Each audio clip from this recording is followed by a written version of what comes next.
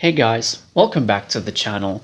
Today I'm going to be looking at Season 3 of Sons of Anarchy. So picking up where Season 2 left off, Jax Teller's son Abel has been abducted, so it's up to him and the rest of Sam Crow to set out and find him, in the hopes of bringing him back home. This is a very divisive season to say the least. Some consider it to be among the best, and some consider it to be among the worst. Personally, it's one of my favorites. I think it gets way more hate than it deserves given how it plays out, and it has a lot of standout moments, plot lines, and character arcs in my opinion.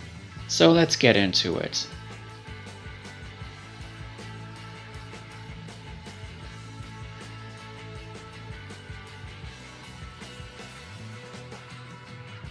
So the search for Abel doesn't prove to be all that easy for Sam Crow.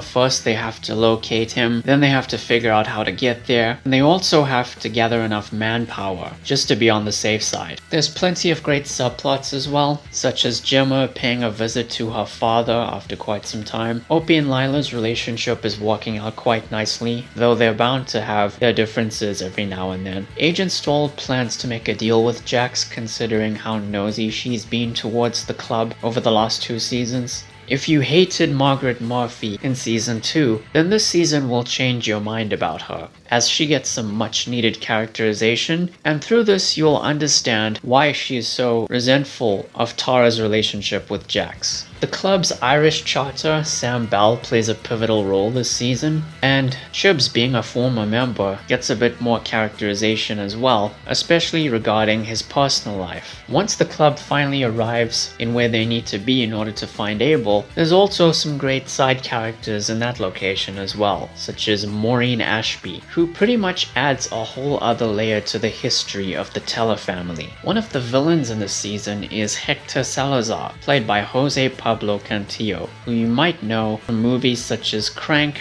Elysium, and Chappie. He's a former president for a low-ranking motorcycle club that does dirty work for the Mayans. This club is known as the Calaveras Motorcycle Club. He causes some trouble for the Sons, and so the Mayans have to intervene at some point, testing the very fabric of their working relationship with Sam Crow. And if you're a sucker for cameos, well, none other than my favorite author of all time, Stephen King, makes an appearance here. And the only other thing I can really discuss is the finale. Sure, it's an hour long, but it executes everything it sets out to do in all the right ways, and the ending marked the end of an era for the show.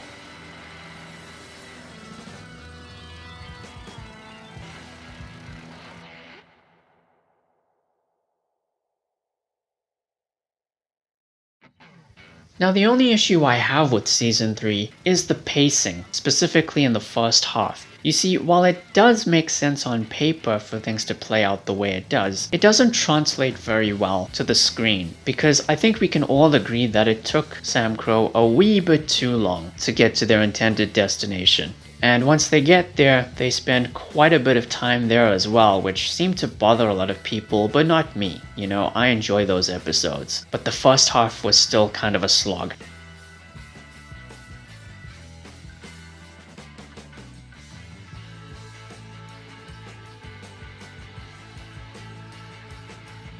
So yeah, those are my thoughts on Season 3 of Sons of Anarchy. It's not perfect, but it's definitely underrated. Next time we're going to be looking at Season 4.